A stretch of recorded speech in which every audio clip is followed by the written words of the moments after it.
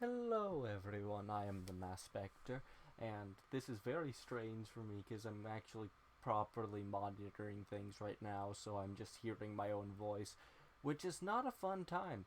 But, getting back to it, if I can, hold up, it didn't break again, did it? Did my audio break? Give me a moment. I mean, it's coming through, it just doesn't seem to be updating on the thing. Um, huh. I mean, that should be about right. I am going to be messing with this a bit simply due to the fact um, this game seems to have a few louder tracks. But, anywho, I'm going to be starting a Black Reliquary series because, frankly, it's fun. I haven't done anything in a while, and I need to actually do a series at some point. So, let us begin Reliquary. Reliquary campaigns are the original settings for the game. For those familiar with Darkest Dungeon, this will test your skills. By the way, not that good at Darkest Dungeon, maybe okay at best. So, I have my little notepad next to me that we're going to be taking notes, and we're going to get through this together. I played a little bit before in a failed recording, but it was done so long ago, I forgot most things. But let us embark into the reliquary. You know what? Just for theming, let's go with coffin. Yes, our floating sky ship coffin. Considering it's Darkest Dungeon and I'm out of practice at best, this is gonna be pretty good name. Oh, that's what that sounds like? That sounds so much worse on recording. I welcome you to my ship. Under this scorching sun, in this vast desert, on these hallowed lands, there is much to be done. Settle in quickly. The reliquary awaits us. Yes, the reliquary. That thing that you are named after. Enabling tutorials, not tutorials, that's a different thing. Enabling tutorials is recommended. Press H to open the help menus. And of course, the start of this is finding your ski? I think my brain expected sea legs and red sky. Okay. All hands are to make accommodations for our guests and help them get situated. So, let's see what the tutorials have in store.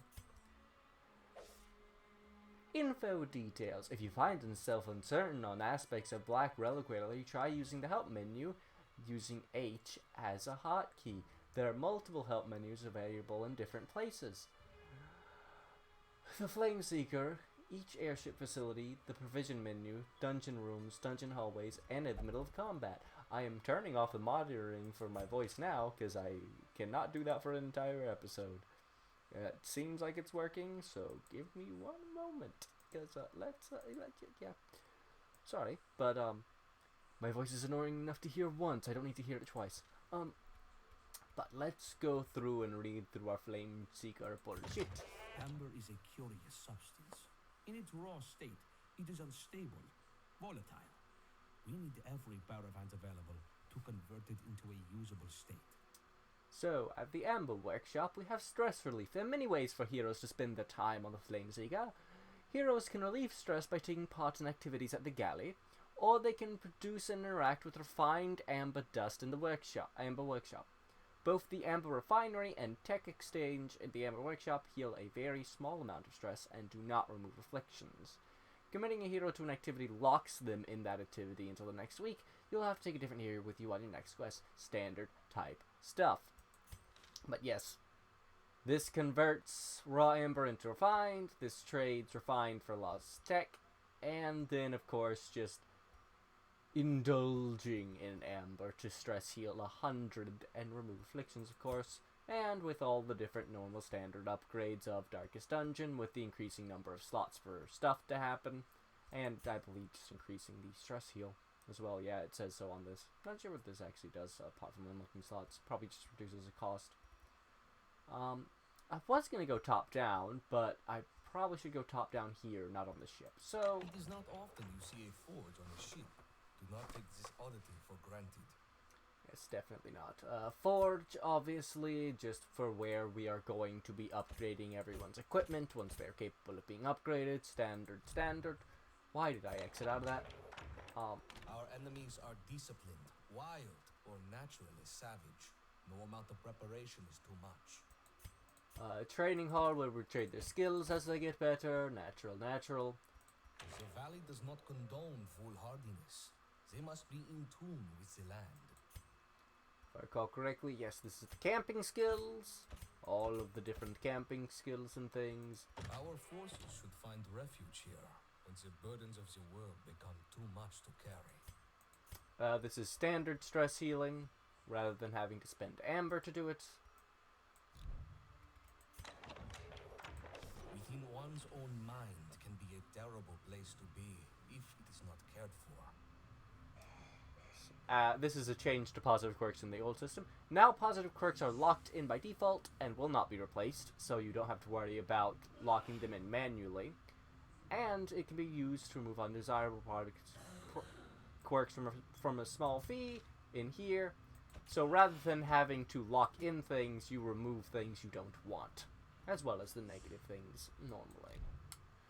Why do I keep doing that? Brain, stop. Be it prized gem or unremarkable stone, these mere objects are invaluable to our success. And this is obviously our trinket dealer, but refined amber dust has a niche in the black market. Its enthusiasts will exchange great wealth for it. In this case, the contraband dealer Veronica would gladly part with some of her assortment of exotic trinkets for a sizable amount of refined amber dust. So yes, for refined amber dust, we basically get Color of Madness trinkets. Obviously, they're made differently, but this is basically this similar type system where they're all weird, if I'm not mistaken. Generally. Although I don't think these have as many downsides. Maybe. I'll check that. Brain! Stop it! There will be losses, and they will be given proper remembrance. But we mustn't linger on our failures. So, yes, the funeral site, of course, is where people will die. This may fill up very quickly. My dear old friend, it is a relief my letter found its way to you so quickly. Settle in. Our task ahead is neither simple nor easy. So, this is the list of bosses. Defeat the Levantine Enchantress, I think that is. Defeat the Levantine Janissary? Defeat the Steelpath Matron, defeat the Warhawk Matron, defeat the Gastrosaur, defeat the Greater Sandworm, defeat the Allurain, defeat the Nucleic Growth. Those are our tasks. Oh, also, by the way, I do know that Black Reliquary is not in 1.0, but I need to do something, and this seems like a good thing to do. Welcome to the valley. It is beautiful, but not forgiving, and the careless will know its wrath. Yes, they certainly will. Quests and parties. This is where you select a quest and form an adventuring party, click heroes to see details, drag heroes into slots of the bottom screen to default party order, blah blah blah blah.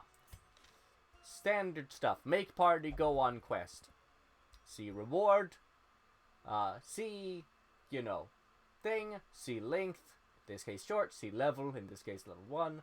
See goal. Complete all the room battles. See reward. Get reward. Do good. Win game. And also, they reward you with one of the weirdest trinkets in this game.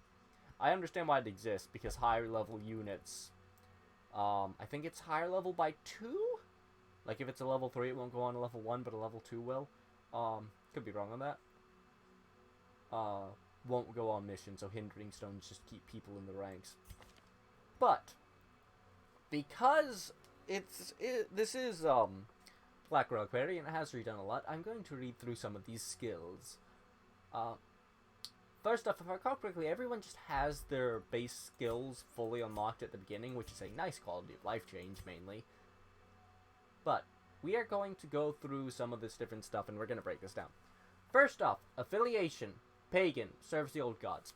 This is, if I recall correctly, a random roll between Pagan faith and faithless or something like that. Like pagan, religious, pagan, religious, and faithless.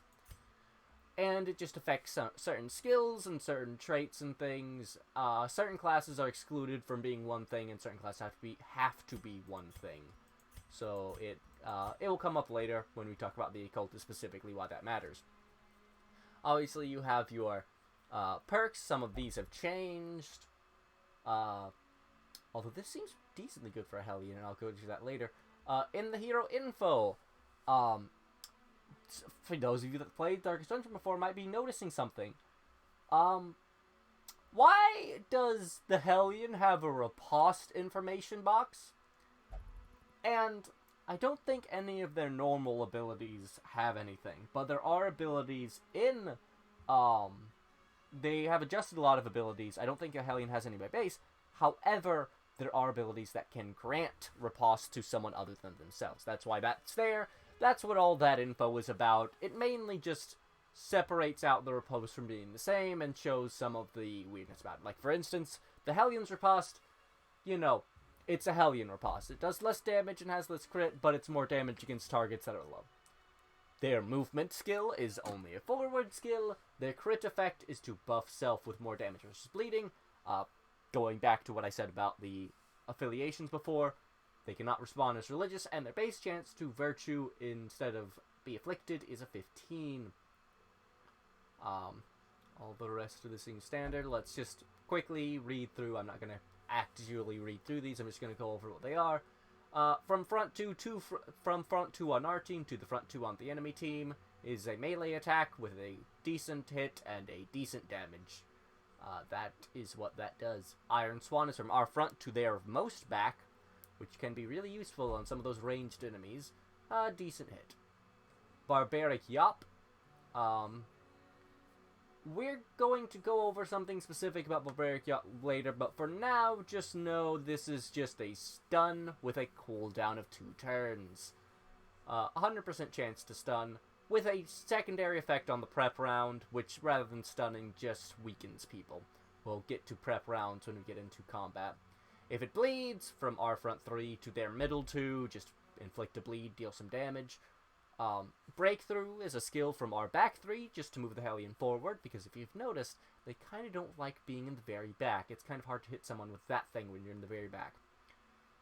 And it debuffs the Hellion with less damage and speed. So you don't want to have to rely on it, but if you need to rely on it, plus it does do an AoE. So don't rely on it for an entire fight, but it's decent damage when needed.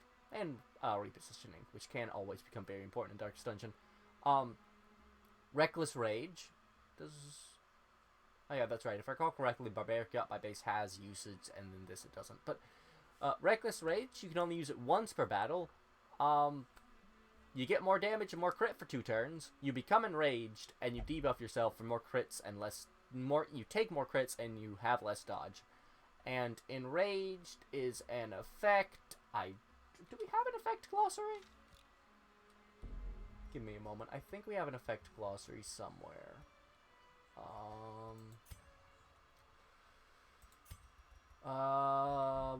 We're just gonna have to see that in combat, I guess. Because I don't know what the effect glossary is right at the moment. But you can only use that once for combat. Basically, deal more damage, but take more. Bleed out from our front to their front, just a big bleed on someone, but obviously weakens the Hellion. So use this early if you want to just go with a full bleed build rather than a damage build with the Hellion mainly. Barristan are man-at-arms currently. Extra protections, which is nice, but more likely to be stunned, and more stress if they're close to death because of thanatophobia, the fear of death. Crush, just a standard attack to some of their front lines. Actually, pretty far for Crush, by the way. Front two lines to all but the very rearmost of theirs. Rampart moves them forward, does a knockback, does a stun, does little damage, but does again move forward all the way from all but the very edge to their front two. Bellow, make the enemy party just suck for a bit. Basically. Less dodge, less speed, and more crits received chance.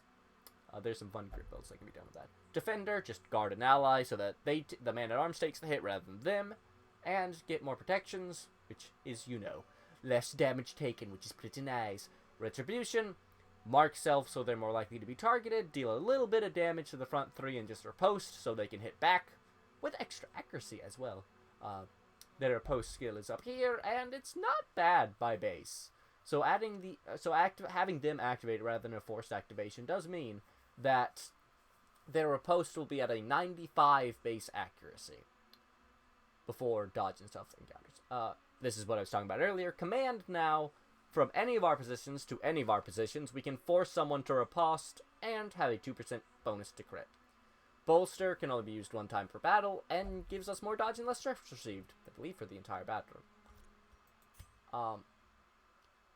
Al-Zahad is a occultist. Our occultists, they are superstitious, so their mystical skills have +5 crit. Another change from Darkest Dungeon, the original, to the Black Reliquary. There is now magic as an actual class rather than just being ranged or melee. Mystical counts as a damage type, basically. And that mainly matters for trinkets and stuff.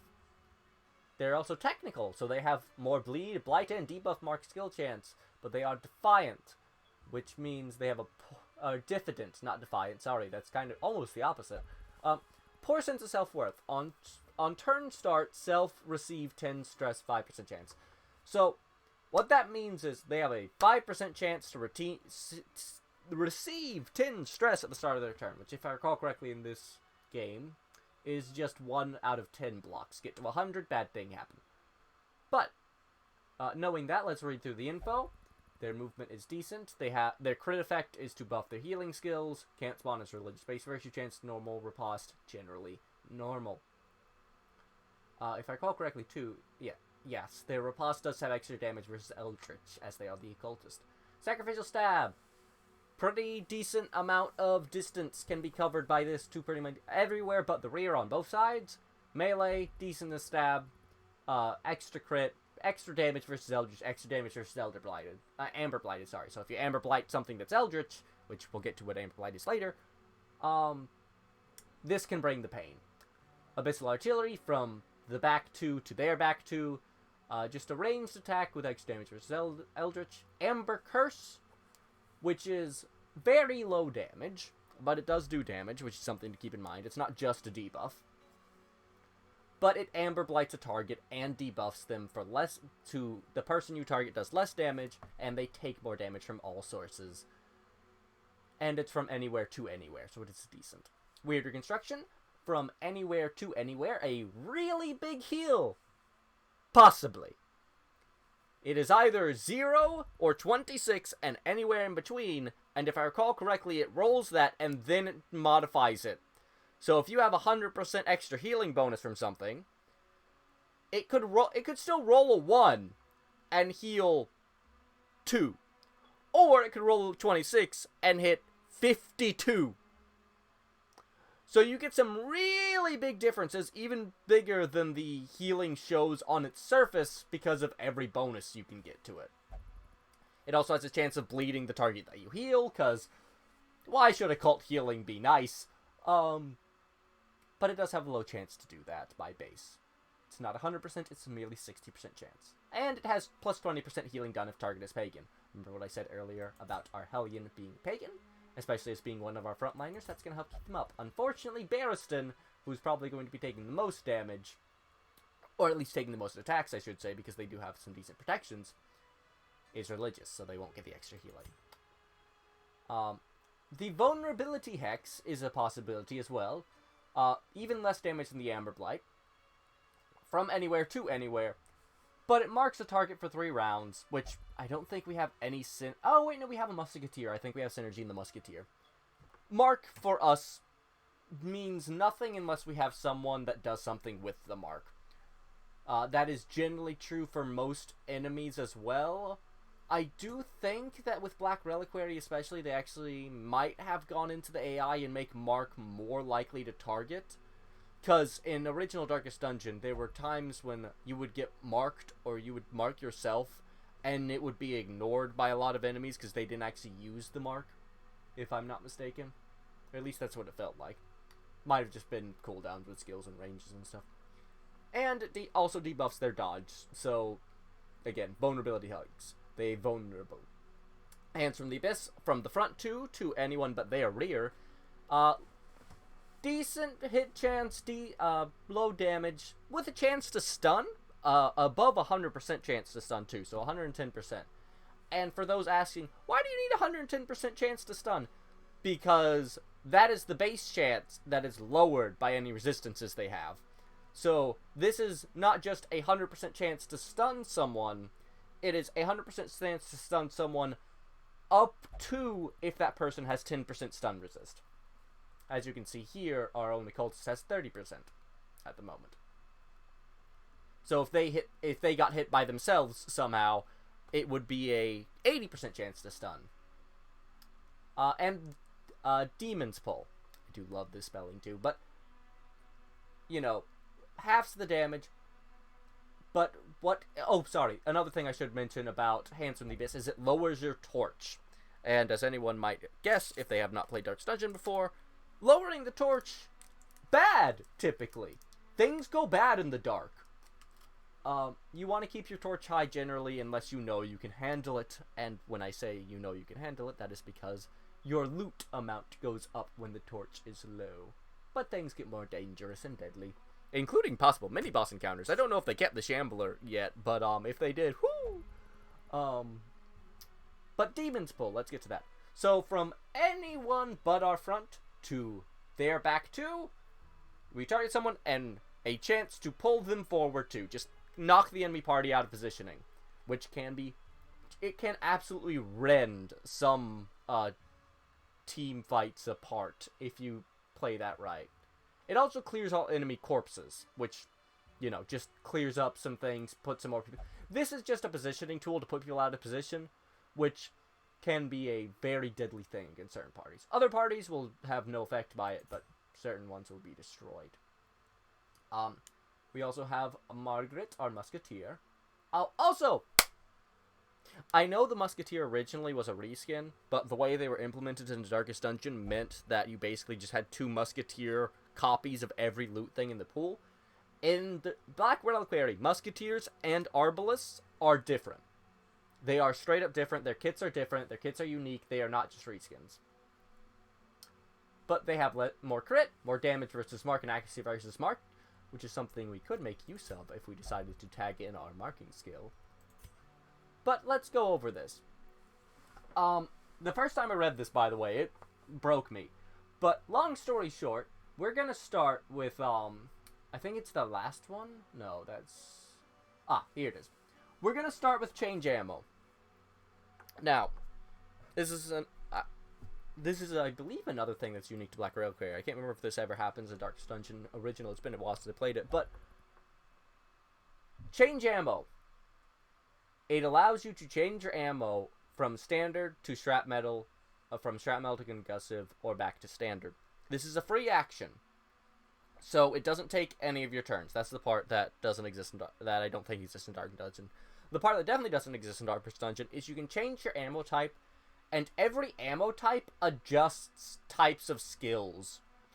That's why I went to this first rather than the first ability, because the first ability has a wall of text if you don't understand how it works. But you start at standard, and if you decide to tag in change ammo for a fight or something, I can't remember. I think they stay with whatever you change to if you change back after the fight, but I could be wrong. But long story short, you just get bonus effects depending on the ammo type. So, standard shot's just a standard shot, does some damage. If you have standard, it pierces their armor, so if they're heavily armored, it's a good idea. Shrapnel bleeds them, but does less damage, so if you're going for a bleed build, that's a good idea.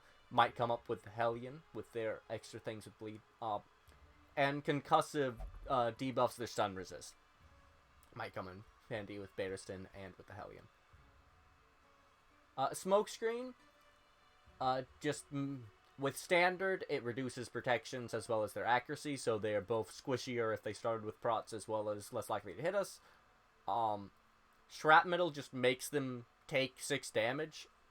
It does, have to make the accuracy roll first, but it starts with 100 base, which is really high if you haven't caught on yet.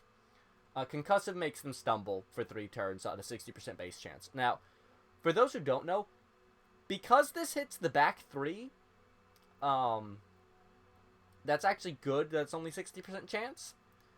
Because Stumble makes things any creature that's affected by it at the start of their turn move forward or backward. And that also swaps with whoever they're with because, it's only 4 people in a system. In a team. So that means that sometimes having everyone afflicted with Stumble is actually worse than only having a few afflicted with Stumble. Because the Stumbles will counteract each other sometimes, if you're unlucky. And it also just, in general, this ability debuffs them with less move resist. Buckshot. Oh, I should also say, the last 2 can only be done from the back 2. Buckshot can be done from the back 3 to their front 2, and it's just what you would expect. It's a slight AoE. Standard gives it more damage and armor piercing, 100% in fact, so, whoa, fuck you if you have armor. Shrapnel makes it bleed, and debuffs the target from where crits received, and concussive stuns. If you haven't caught on yet, the main theme with these is standard is good against armor, Shrapnel bleeds people, and concussive either stuns or just generally messes with the targets. Let's change aim up. Patch up is from the back 2 to any of our positions, heal 4 to 6, so it's more consistent, but obviously lower than our weird construction. And then heal 3 points for 1 turn, available with any ammo. Now, this can be really useful for getting off of Death's Door, especially because that 3-point heal for 1 turn, because if you heal someone, a big issue that can come up in Darkest Dungeon is healing someone, then them immediately getting knocked back down to Death's Door. With this, if you heal someone off Death's Door and then they get knocked back down, at the start of their turn, they will once again be back up off of Death's Door. Stock Strike, which is their melee, from any position to their front 2. It moves us back 1, and then buffs with +6 speed. It's meant to be a getaway tool, not exactly your main damage.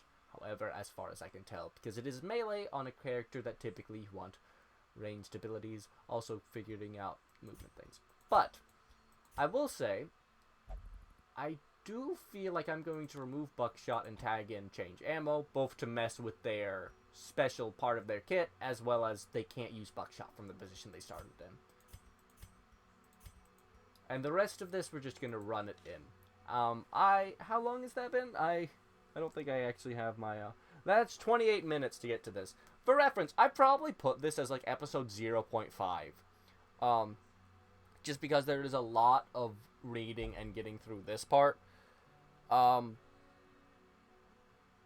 However, episode 1 will be starting shortly. I'm going to be signing off here, and we're going to get into episode 1, where we go into a dungeon.